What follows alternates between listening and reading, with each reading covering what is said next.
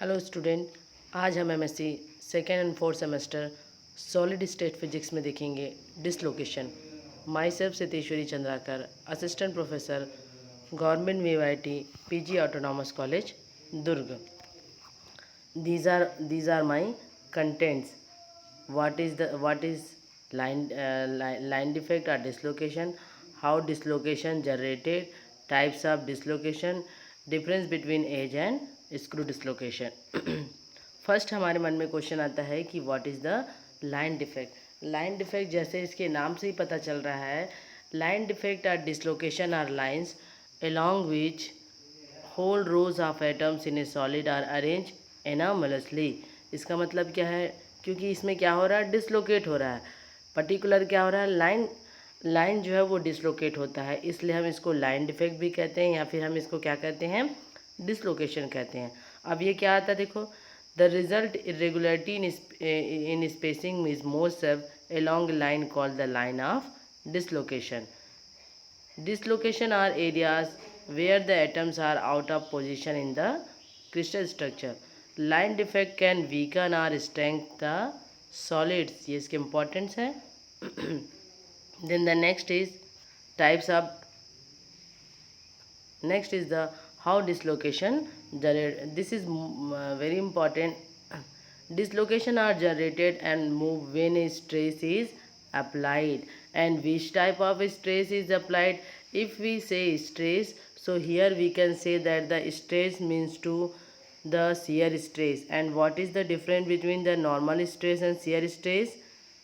See, normal stress is applied perpendicular or normal to the surface area and it should be tensile or compressive. मतलब ये क्या कर सकता है, tensile होगा तो एरिया आपका बढ़ जाएगा, कंप्रेसिव होगा तो एरिया आपका क्या हो जाएगा, कम हो जाएगा। फोर्स कैसे अप्लाई होगा, इसके नॉर्मली अप्लाई होगा। लेकिन यदि हम बात करते हैं किसकी, शियर स्ट्रेस की, तो वो किस पर लगेगा, parallel to the surface work करेगा। ये हमारा किसका है, ये शियर स्ट्रेस का है। ये इस सरफेस एरिया के कैसे वर्क करता है, ये पैरेलल वर्क करता है। ये पैरेलल वर्क करता है तो इसको क्या कर देगा, अगर हम देखेंगे, अगर ये ऐसा है तो ये इसको क्या कर देगा, एक एंगल से शिफ्ट कर देगा। तो ये हमारा क्या है, ये हमारा है शियर स्ट्रेस। ओके, क्लियर हो रहा है। अब देखते हैं हम किसमें, the motion of dislocation allow slip plastic deformation to occur. ये बहुत इंपॉर्टेंट है। प्लास्टिक डिफॉर्मेशन में हम क्या देखते हैं, जब भी हम किसी ऑब्जेक्ट पर या मेटल पर क्या अप्लाई करते हैं, डिफॉर्मिंग फोर्स अप्लाई करते हैं, स्ट्रेस अप्लाई करते हैं, तो वो क्या हो जाता है, डिफॉर्म हो जाता है। और जैसे ही हम उस फोर्स को हटा देते हैं, रिस्टोरिंग फोर्स हटा देते हैं, वो वापस जो क्या होता है, अपनी पुरानी अवस्था में आ जाता है। लेकिन जब हम डिसलोकेशन की बात करते हैं तो जैसे ही हम फोर्स को हटाएंगे वो अपनी पुरानी कंडीशन पे वापस नहीं आएगा। इसका मतलब वो परमानेंटली क्या हो जाएगा, परमानेंटली डिफॉर्मेशन हो जाएगा, उसमें डिसलोकेशन हो जाएगा। इसलिए वो कैसी बॉडी हो जाएगी, प्लास्टिक बॉडी हो जाएगी। इसको ध्यान रखेंगे आप लोग। उसके बाद देखते हैं dislocation form during plastic deformation. Solidification के द्वारा भी हो सकता है, ड्यू टू थर्मल स्ट्रेस भी हो सकता है, arising from a rapid cooling. ये ध्यान रखेंगे हम, जब भी हम डिसलोकेशन की बात करते हैं तो डिसलोकेशन में हमारे पास two types of vector generate होते हैं। एक होता है हमारा क्या, फर्स्ट होता है हमारा Burger vector B, okay, Burger vector B, और एक होता है हमारा टेंजेंट वेक्टर। टेंजेंट वेक्टर को हमेशा देखते हैं, ये क्या रहता है, parallel to the dislocation line, इसलिए इस टी को हम क्या कहते हैं, डिसलोकेशन लाइन भी कह देते हैं। ये क्या रहता है, क्योंकि ये पैरेलल टू द डिसलोकेशन रहता है। और बर्जर वेक्टर क्या रहता है, किसी में परपेंडिकुलर रहेगा, किसी में पैरेलल रहेगा, आगे हम देखेंगे। लेकिन ध्यान रखेंगे हमारे पास जब भी डिसलोकेशन फॉर्म होगा, two types of vector generate होगा, एक होगा बर्जर वेक्टर, एक होगा हमारे पास टेंजेंट वेक्टर। ओके, नेक्स्ट चलते हैं हम, टाइप्स ऑफ डिसलोकेशन। मेनली हमारे पास डिसलोकेशन के टू टाइप्स हम जानते हैं, edge dislocation and screw dislocation. इन दोनों का एक मिक्स फॉर्म होता है जिसको हम क्या कहते हैं, मिक्स डिसलोकेशन कहते हैं। ओके, नेक्स्ट चलते हैं हम, नेक्स्ट में देखते हैं एज डिसलोकेशन। देखो ध्यान ध्यान रखेंगे, the edge defect can be easily visualise as an extra half plane of atoms in a lattice. अब देखिए आपके पास आप ये कह सकते हैं कि हमारे पास extra half plane of atom से प्लेन अगर होता है तो उस कंडीशन में भी एज डिसलोकेशन हो सकता है, या हम उसको अपोजिट भी कह सकते हैं। एक्स्ट्रा हाफ प्लेन की जगह अगर टॉप में एक्स्ट्रा हाफ प्लेन हो रहा है तो नीचे बॉटम में क्या होगा, मिसिंग हाफ प्लेन हो जाएगा। उसको हम डायग्राम से देखेंगे।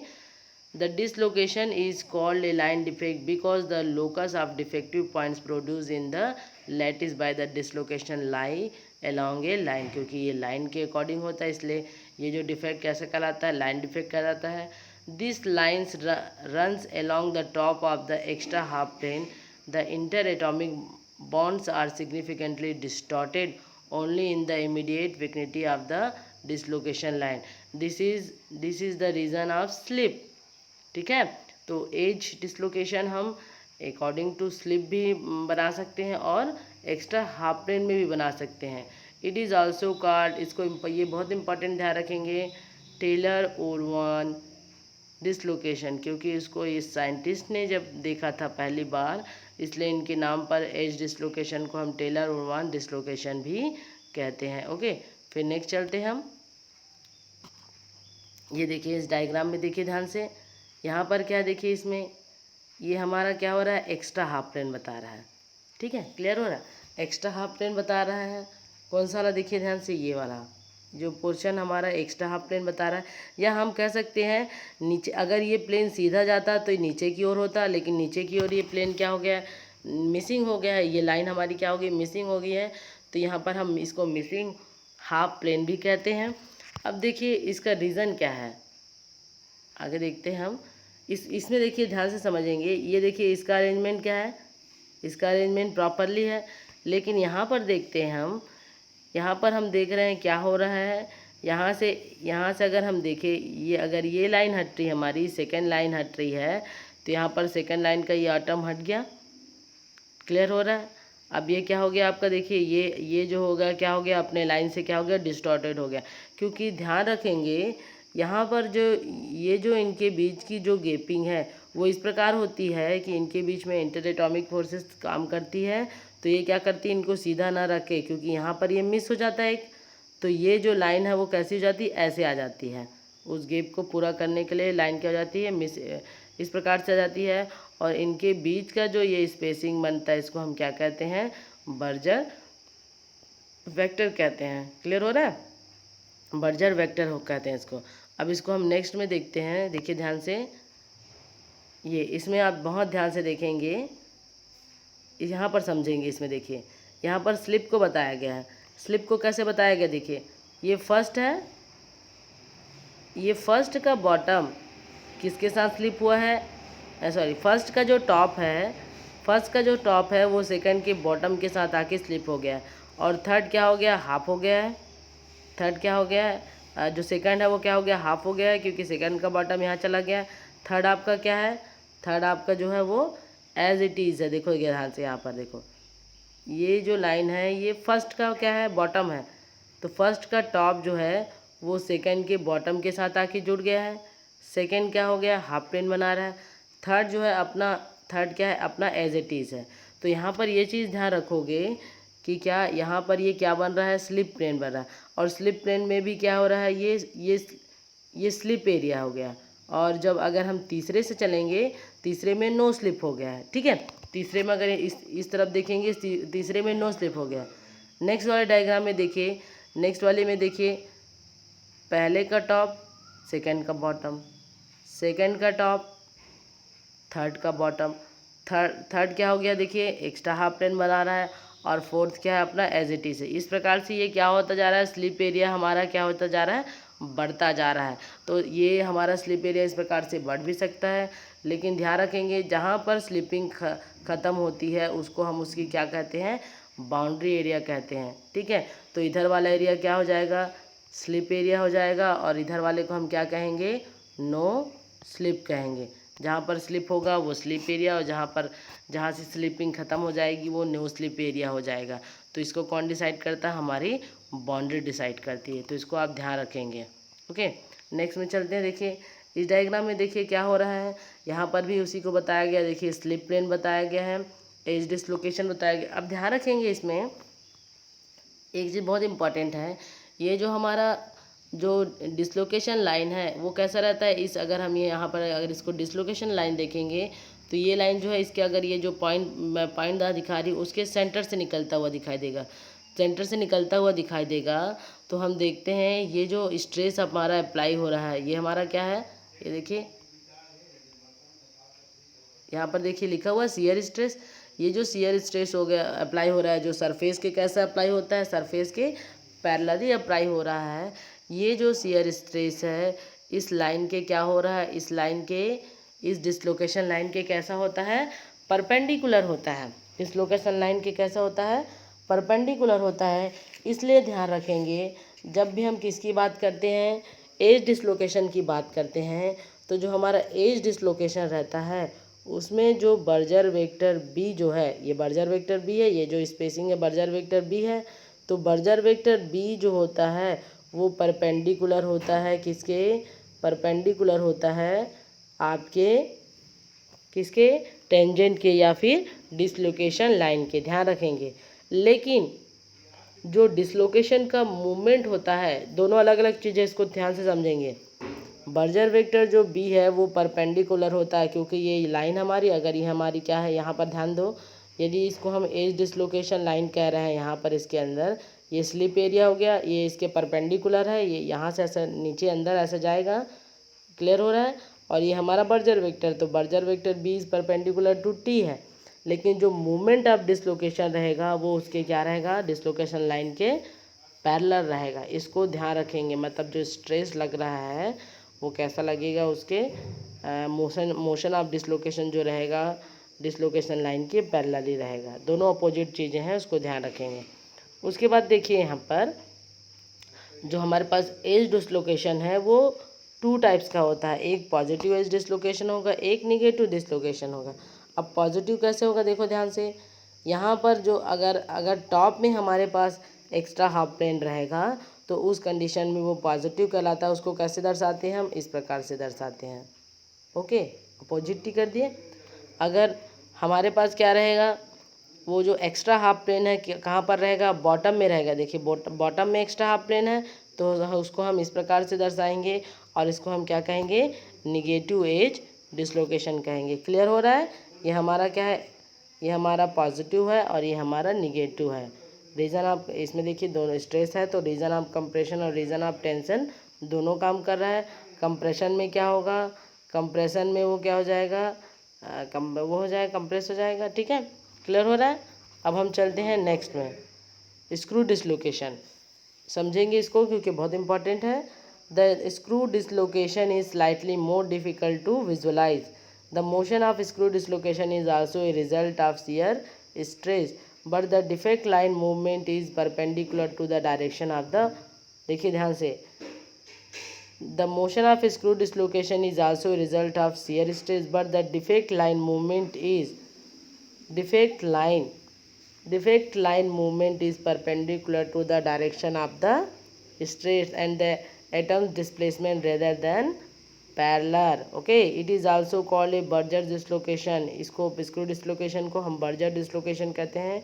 it will have region of shear stress around the dislocation line, okay। अब इसके और कुछ पॉइंट है आगे, क्योंकि आपको नोट्स बनाना, आपके पास क्वेश्चन 12 नंबर का क्वेश्चन आ सकता है एमएससी में। तो 12 नंबर के क्वेश्चन में आपको क्या आएगा, एक्सप्लेन डिसलोकेशन, और उसमें पर्टिकुलर आपको अगर स्क्रू डिसलोकेशन पूछा तो आप उसको पूरा लिखेंगे।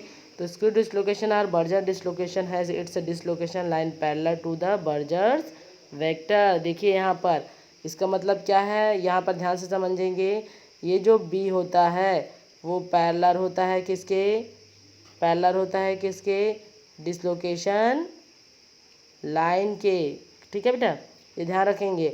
डिसलोकेशन लाइन की, इसका मतलब जो टेंजेंट लाइन है जो डिसलोकेशन लाइन के पैरेलल होता है उस प्रकार से कह रहा है। स्क्रू डिसलोकेशन और बर्जर डिसलोकेशन है its dislocation line parallel to the Burgers vector, ये बहुत इंपॉर्टेंट है। उसके बाद देखिए, उसके बाद देखेंगे the screw dislocation is like a spiral ramp with an imperfection line down its axis. इसको हम डायग्राम से समझेंगे, ये कैसा रहता है, अगर हम इसको लेंगे तो इस प्रकार से कैसा बनाएगा, ये रैम बनाएगा, इसलिए इसको हम क्या कहते हैं, स्पायरलिंग जैसा रैम बनाता है।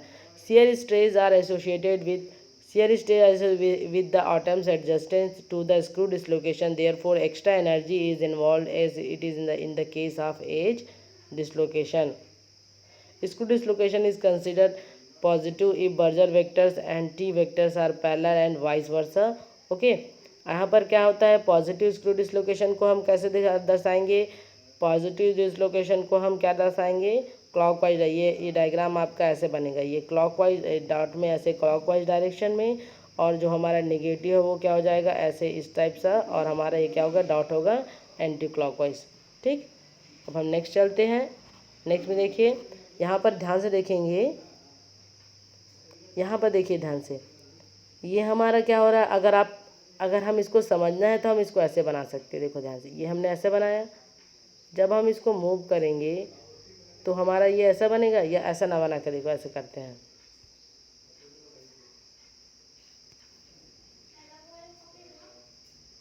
ये हमारा बन गया। ठीक है, अब थोड़ा सा हम इसको क्या कर देते हैं, शिफ्ट करके बनाते हैं।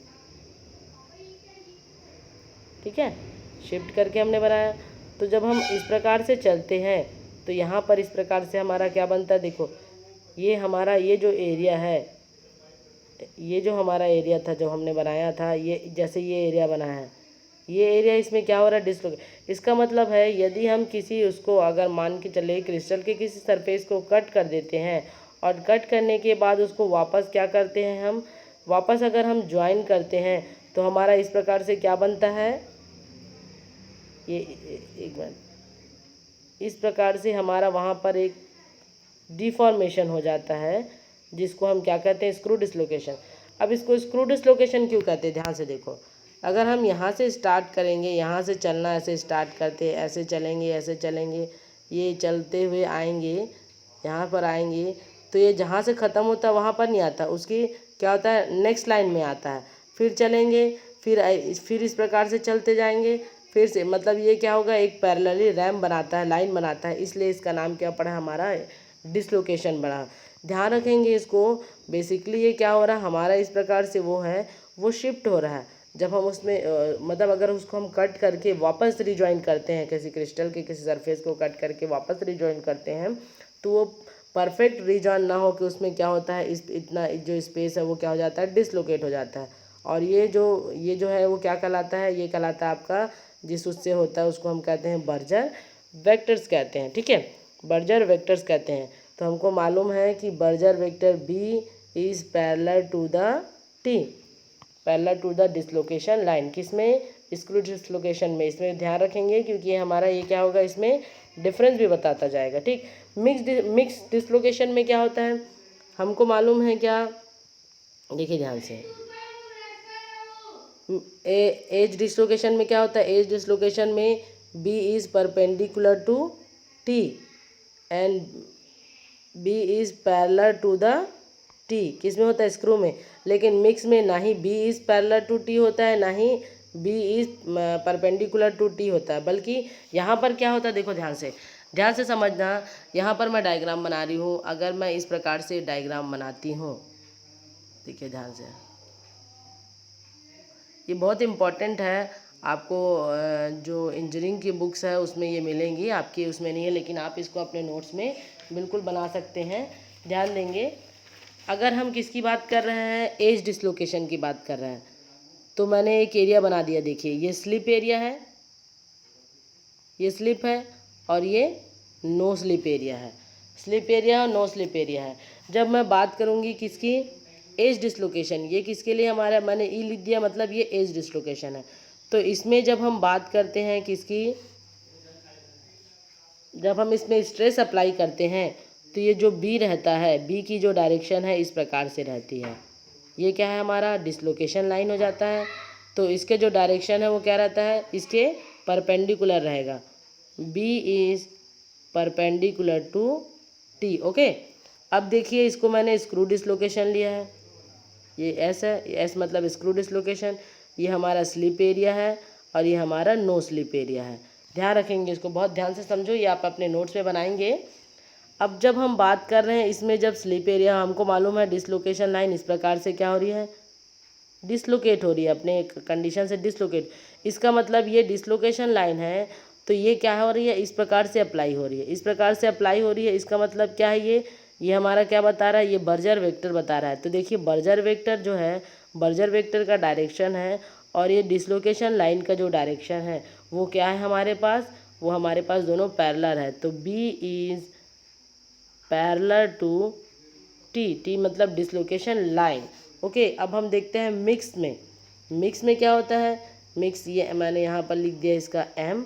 मिक्स में क्या होगा, देखो ध्यान से, मिक्स में ये अप्लाई होगा, कैसे अप्लाई होगा, मिक्स में ये अप्लाई होगा आपका कैसे, मिक्स में अगर हम देखते हैं तो मिक्स में ये हमारा अप्लाई होता है मिक्स फॉर्म में। मिक्स फॉर्म में मतलब कैसे, इस फॉर्म में।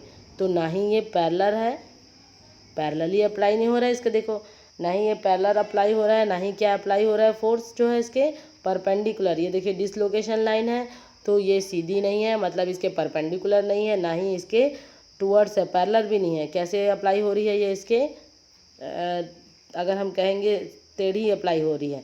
तो यहाँ पर ये ना ही परपेंडिकुलर है, ना ही ये पैरेलल अप्लाई होती है। ये स्लिप एरिया है और ये नो स्लिप एरिया है। तो मैक्सिमम जो डिसलोकेशन होते हैं एज और स्क्रू डिसलोकेशन को मिला के मिक्स फॉर्म में ही होते हैं। क्लियर हो रहा है, तो ये बहुत इंपॉर्टेंट है, आप थोड़ा सा अपने नोट्स में इसको डाल लेंगे तो बहुत अच्छा रहेगा उसके टाइप्स में।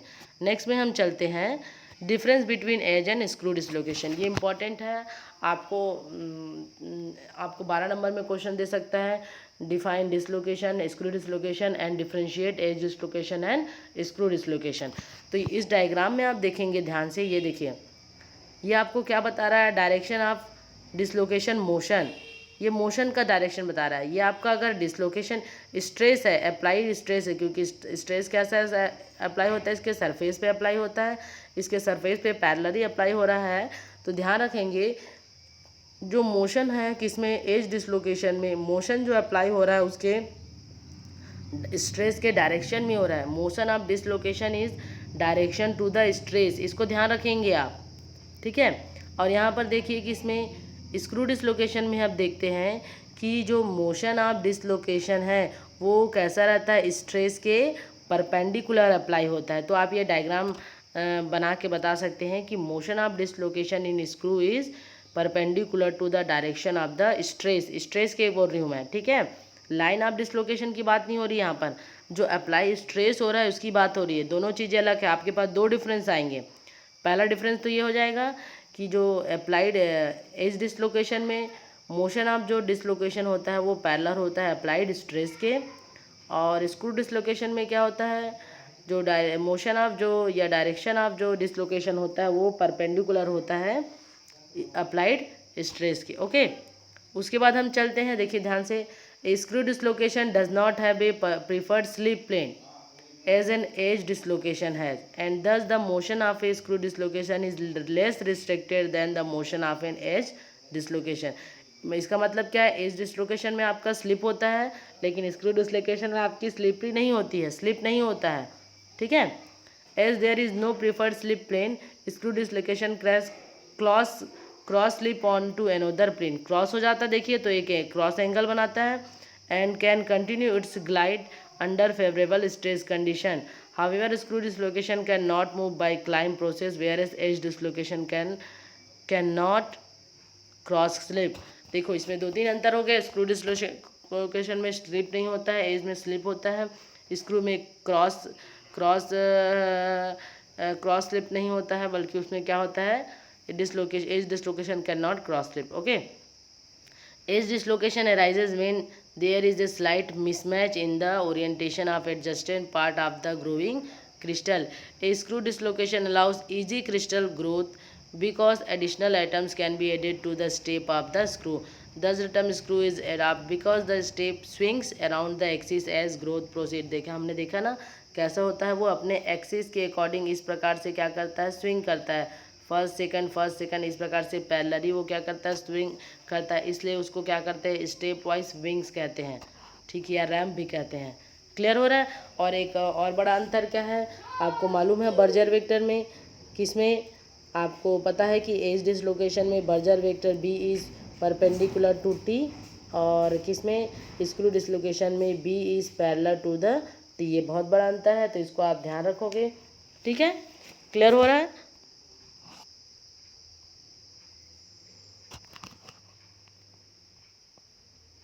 ओके, तो मुझे उम्मीद है कि आपको ये समझ में आया होगा, और आप मुझे कमेंट करके बता सकते हैं अगर आपको इसमें कुछ प्रॉब्लम लगे। लेकिन हमें चूँकि आप एमएससी के हैं तो आप ध्यान रखेंगे, आपको पूरे डायग्राम्स बनाने हैं, और ऐसे ही पॉइंट वाइज आपको क्या करने पड़ेंगे, इनके नोट्स बनाने पड़ेंगे, क्योंकि ये बड़ा क्वेश्चन आता है बेटा। ठीक, तो थैंक यू वेरी मच।